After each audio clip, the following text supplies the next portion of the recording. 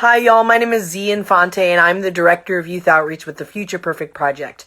We at the Future Perfect Project believe that the self-expression of LGBTQ plus youth is a declaration of a better future for us all.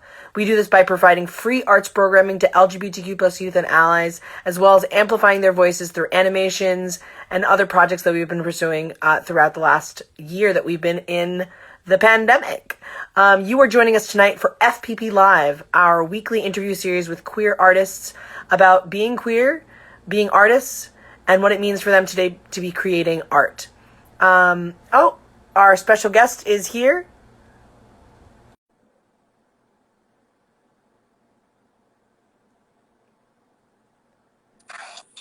Hello, Brian! You Z. wonderful human. Thank you so much for joining us. I was just letting folks know a little bit about us. And so I'll let you know a little bit about us, although I know you know some about the Future Perfect Project.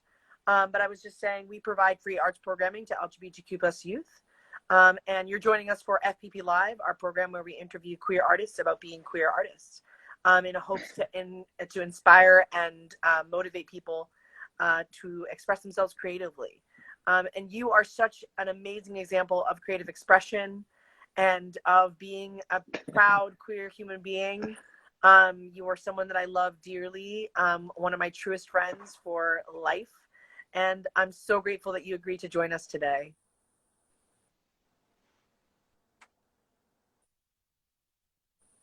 I'm here. Yeah, you're there. I'm here. Okay, great. You're here. I'm so glad you're here. You're the best.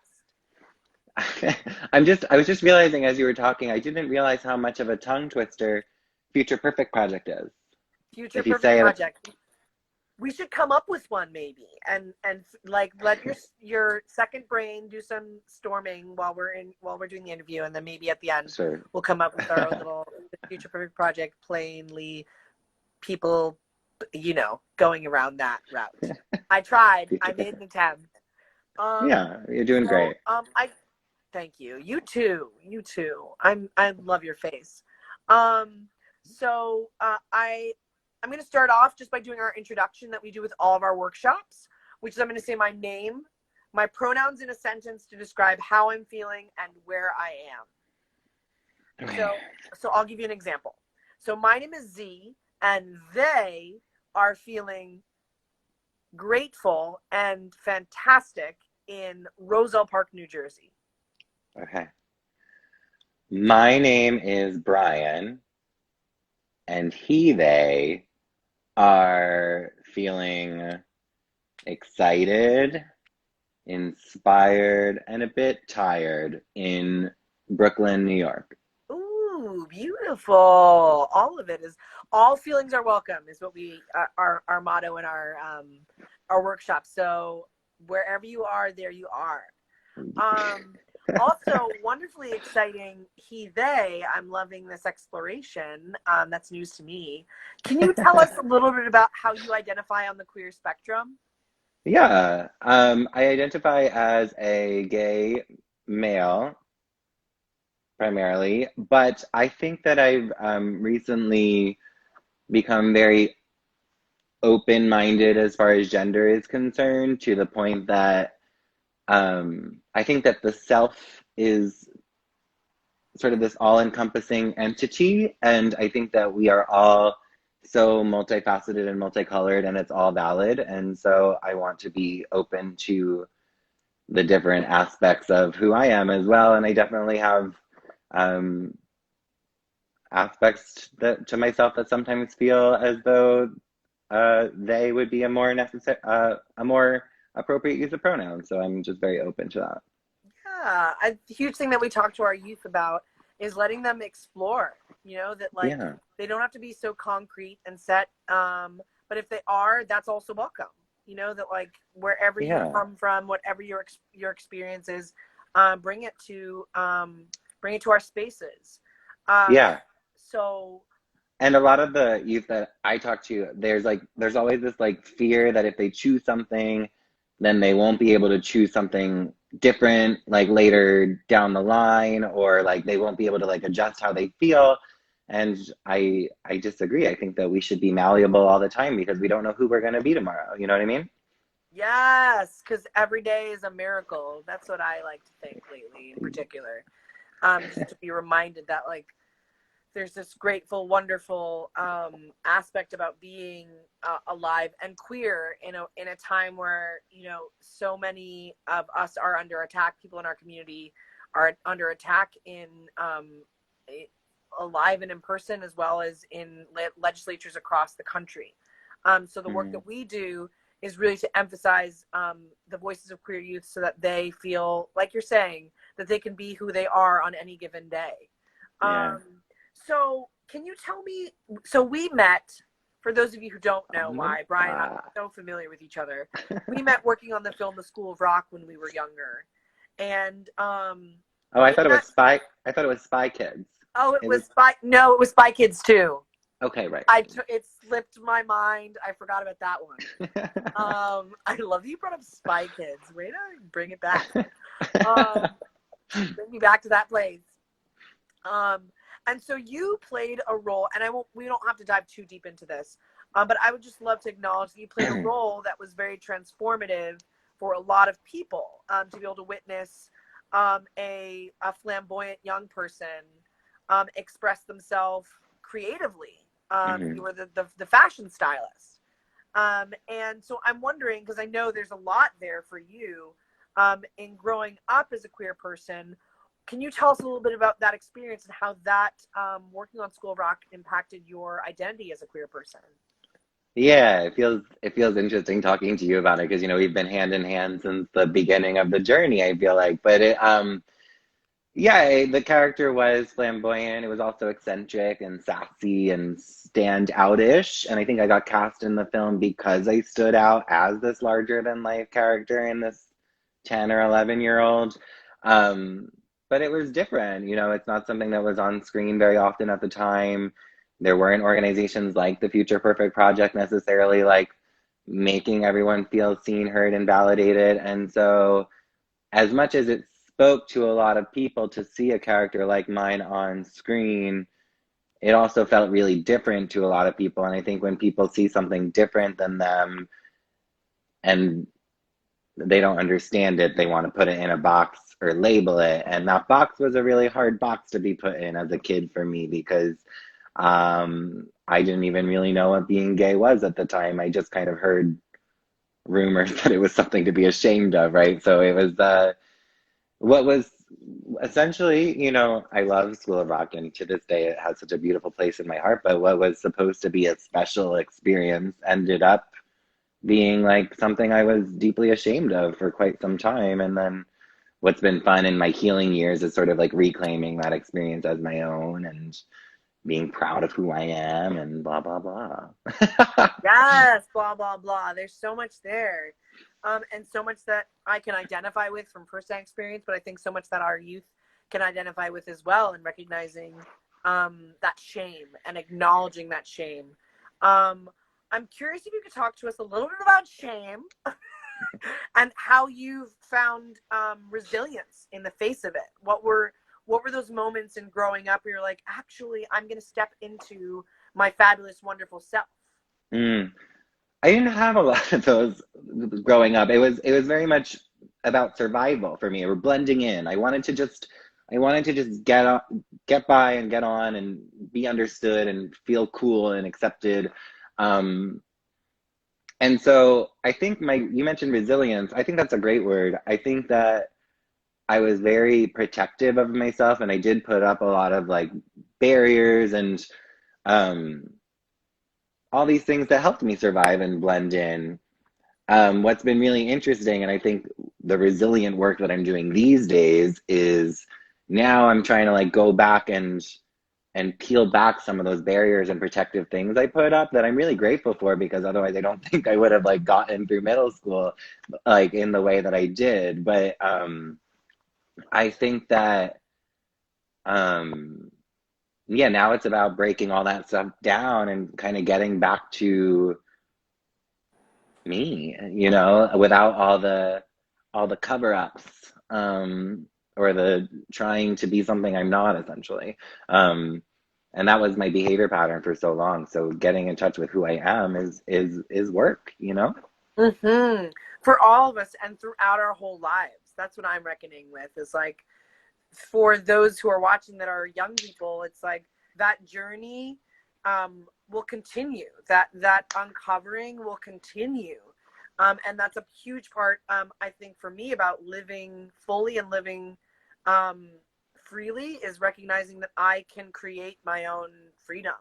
Yeah. Um, I think what's so cool about the generation like behind ours is that right out of the gate, they're asking how authentically can I show up in this world, which is, you know, they're cool. They're breaking down constructs that have existed for years, the ones that made me feel like I was in a box, right? So it's it's very inspiring. It's exciting. yeah. Now, I'm wondering for you, as someone who works with queer youth and as a gay life coach, I'm wondering what um, what you would want to say, or what you would have wanted to hear when you were younger, that would help you through those struggles, through those obstacles. Yeah, I love that question. Um, I go back and forth with my answer. Sometimes I answer and I say that the cliches are, you know, they're so true. Not enough people stopped and took the time to tell me when I was younger, just be yourself. It's okay. You are okay as you are, you know, and that message, you know, I feel like we maybe don't say it because we think that it's cliche and that everyone knows it, but like it really needs to be said as often as possible. And then I think the other thing is that I would tell myself thank you. You know, all those protective things that I put up, I don't regret them. That was the result of a really strong, resilient kid. And I think that if people are in tough situations, especially as a kid, and you need to put up barriers to be protective, I always try and I like to compare it to the stars. We are all made of, I get a little trippy and spiritual when I talk about this, but we're all made of stardust, right? And stars are always shining, but sometimes there's a cloud in front of them, so you can't see them. But that doesn't mean that the star isn't shining. So we're made of the same stuff. So we are literally also always shining, even if we have to put up that stuff that maybe takes away our shine for a moment, just so that we can blend in or survive. There's no right way to do it. We don't lose our goodness, you know. It's just a matter of when you're allowed to let it shine. You know what I mean? Yes, yes. I I love the idea of finding my stardust. That You're like made of that. I know, to like recognize them, like to come to it, to acknowledge and accept it. A huge thing that I practice in my own spiritual life is recognizing that I am, not only am I stardust, not only am I divinity in and of itself, but that I have to actively pursue it. That like I Mm, need to allow myself to see it and be it. hmm. As Amanda Gorman says in her inauguration speech, you know, do we have the determination to be it? Um, Yeah. One of my favorite quotes I read recently is that enlightenment is an accident and practice makes you accident prone. ooh, okay, I'll take taking that download. Share with more viewers. Thank you for that one. Now, Right? I'm curious about yourself as an artist as Mhm. well, and how all of this interacts with your queerness. So you are a gay country singer Woo! From Jersey. from Jersey, right from the Northeast. Now, can you tell me a little bit about your passion for country music and what and how you found yourself and your identity in that arena? Yeah, so I know a lot of people are a little thrown for a curveball when I'm like, I'm a gay country music singer from Jersey. When I left college, I had also just come out finally after all those years of denial, and I started working for a country music radio station. And at the time, I was going through like a really tough breakup. I was freshly out. I didn't know who I was. I felt really lost. And I was working at a country music radio station. And I found myself in a lot of the songs. The country music is all about storytelling. And I was able to connect with a lot of the stories. And also, I started to write my own songs, which was my first access to my own truth, not to sound cliche again, but I think that like, you know, I had never really let out an authentic telling of myself before, you know, and music is cool because you can say something in a melody that you wouldn't say in real life. So it was a chance for me to be like this is how I feel, but it doesn't feel as weird to put it to music as it would be to just tell it to someone. And then, you know, you play the song for someone and they're like, oh my gosh, I'm going through the same thing. And it's like, wait, so this thing that I'm feeling inside, I'm not insane. There's someone else who feels exactly the same way. And it allows connection and normalization. And it's really beautiful. So that's how I fell in love with that. And I just haven't stopped. Yes, yeah, and I've had the esteemed privilege of performing with you, which was amazing Yeah. at Green Room Should 42. we give them a sample? I'm ready. I'm performance ready. So I'm wondering what's the most valuable tool you found to help with your healing in terms of your experience growing up? In these like past several years, it's been mindfulness, which is why I'm like so passionate about the mindfulness conversation. And if I'm going to describe mindfulness, it's this idea of taking a problem and holding it in your hand and looking at it rather than identifying with the problem and thinking that you are the problem. It's basically just creating perspective and space and awareness around things so that you can build that separation between you and the thing so that there's a bit more of an ease in taking care of it or of building some healing around it. You know what I mean? It's hard to heal when you're in the thick of like I'm not enough, I'm not good and like I'm not good, I'm not worthy of love, I have so much to prove. Those are things that we tell ourselves, right? But if we're those are just thoughts and you can separate yourself from them. And then once you're separated from the thought, it's just a thought. And then you get to be a little bit more selective about how much of it you're digesting and how much of it you're integrating into who you are anymore. You know, it's like it becomes a little it's a freeing process, I find. I feel freer just hearing you talk about it. Uh, Yeah. Did I do yeah, okay explaining it? yeah. Well, you know Okay. what you help me understand or make me help me look at what you just said help me look at is the way in which I allow my thoughts to control my actions sometimes. You know, that Yeah. like we're human and it's an active that's what you made me really think about is how active of a process it is separating the two.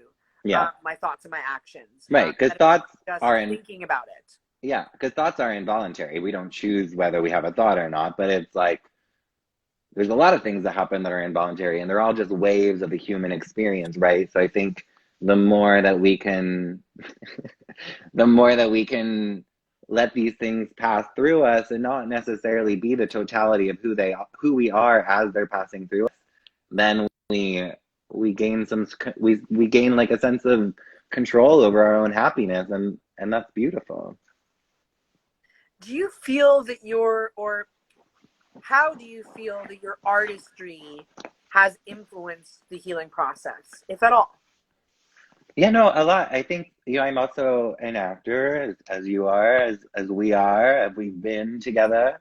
And I think that I think that uh I think that actors are so beautifully capable of um emotional intelligence and of being a witness to experience within the body because we have to tap into experience in a scene or we have to notice things as they're coming up and be able to tell whether it's serving a scene or not serving a scene or you know there's a level of awareness there that's integrated into being an actor, being a performer, that is very much paralleled in the mindfulness conversation, you know what I mean?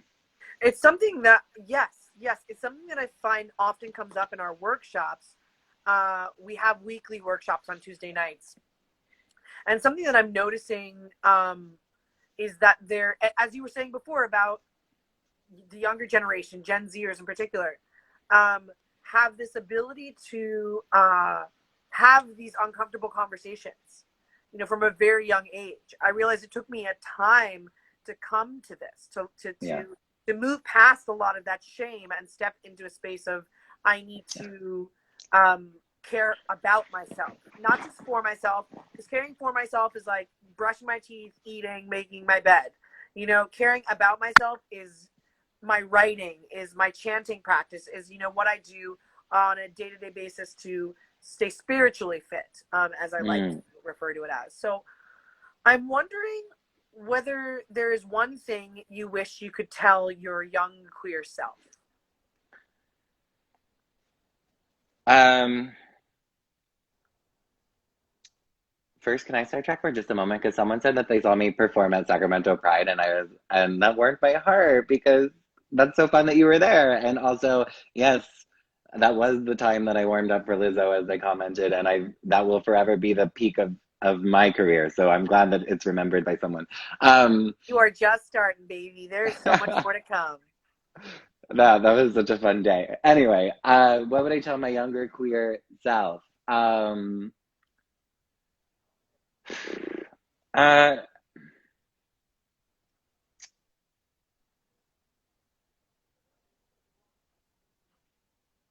I would let them know that, you know, it's everything's okay. That every like it doesn't always feel okay, but it is okay. And I think that if they can find someone else to connect to that's going through these waves, you know, then they start to realize that it's okay. Like every stressful thought that we're having is recycled, you know, like it's not new. Like we're not, you know, like everyone's been there. It's part of the human condition. And that's not to minimize anyone's experience. That's to maximize it to the whole world and to like kind of like create this bigger picture where we're all connected, and it's like it's a really beautiful thing. And I think that sometimes queer youth, I know I felt really isolated when I was younger, so I guess I offer that as like a, you know, we're all in it, and then I would break into some High School Musical, and that's probably how that would go, you know.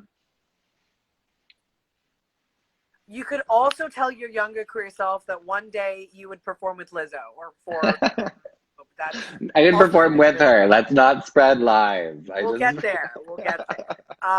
So cool. You're so cool. Um, I'm wondering, is there anything you would say to queer youth, that you know, um, that you just want them to hear today, that you want them to know about being themselves? do it. Be yourself. And if that's difficult in your current situation, be kind to yourself. If you can't be yourself, be kind to yourself and have compassion for the beautiful way in which you are taking care of yourself and protecting yourself. And, you know, there's a lot of different routes to, you know, this end of the tunnel where you and I are talking, right? You know, I think that I've been using this comparison a lot lately with clients. I think that a lot of like heteronormative folks whom we love are getting to from one side of the mountain to the other through a tunnel, right? And a lot of us don't fit in this tunnel that's always existed, so we have to find different ways around the mountain. But I think once we start going around the mountain, it's like really beautiful because we find other people who are taking different routes, and we get to discover different areas of the mountain that we might not have discovered if we were trapped inside that little tunnel, right? So there's a lot of beautiful things outside of the normal way through the tunnel, like the quote unquote normal way through the tunnel. So I would encourage people to just like keep climbing. It's all beautiful. Yes. I love metaphor. I live for it. I've been living for it all night with I you. gave you a lot of metaphors. You I give me a apparently lot, and I live for it. I've Um, I've been coaching all day, and I use a lot of metaphors in my coaching. it's so powerful. It really is. Now I'm wondering, if there are suggestions that you would give either to the young people that you coach, because you've been doing that with such passion for some time now. Whether you would give some a suggestion to them and to other queer youth who are artists. Mm. Any words of knowledge that you would like to drop in terms of them pursuing their artistry and their creative self-expression? Yeah, I would tell them to write it down. The world is craving people who are authentic, so please give us your authenticity. And then I think along that line, I'm going to quote one of my favorite like writer inspirational folks. Her name is Anne Lamott, and she says that if something is truthful, it turns out to be universal. So even if you feel like whatever you have to offer creatively isn't necessary, you don't see that truth. If it's your truth, it will be universal in that someone else will relate to it out there. And yeah, she also writes that everything that's happened to you is yours, and you get to tell it. And if people wanted you to write more warmly about them, then they should have behaved better. Tell it like it is. I love that. Be honest. Be genuine.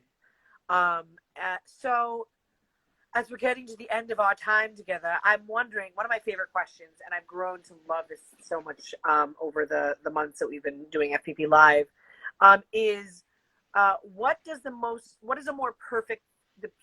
future perfect look like? I'm telling you, I love this question. I can't even remember it. It's a tongue twister. We talked about it's The a tongue future, twister. oh my gosh, we've come full circle. So what does a perfect future or the perfect future look like to you? Oh, we've just gotta. I think that a future perfect, a perfect future is one where no one is ashamed to be who they are.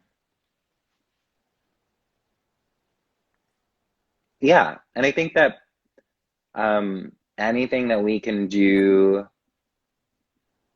and I'm talking we, everyone, if you can do nothing else, do everything you can to help the people in your life feel like they can be who they are. You know what I mean? Mm-hmm. Um, yeah. I am so glad we had time to chat today. I'm so happy you had me, and you have to come on my podcast. It's happening. Okay, sounds good to me. It's a date. I was just with Rivka earlier, a mutual friend that Brian and I have. We grew up and we Also in Spy Kids Channel. also in Spy Kids 2. Oh no, they came on for Spy Kids 3. I forgot. And I would love that. But your time is so valuable and so important to me and to our organization. And I can't thank you enough for being willing and so honest and vulnerable in this time, especially in a time where we need to have this kind of like grandiose let down of guards, that like this not uniform, but this united vulnerability, and you really are a huge representation of that vulnerability. Before I go, I want to let you and our viewers know about our workshop tomorrow night called Queerocracy, where we'll be discussing queer legislation building, policymaking, and also designing our own queer, our gay agendas. And we have a special guest who's also an FPP participant, Paris Basuk, who is this amazing young person who actually helped write legislature in the state of Iowa to protect queer youth. So it's happening. It is. We are making it happen. And if you enjoyed what you watched tonight in our conversation with Brian, you can check this out on YouTube.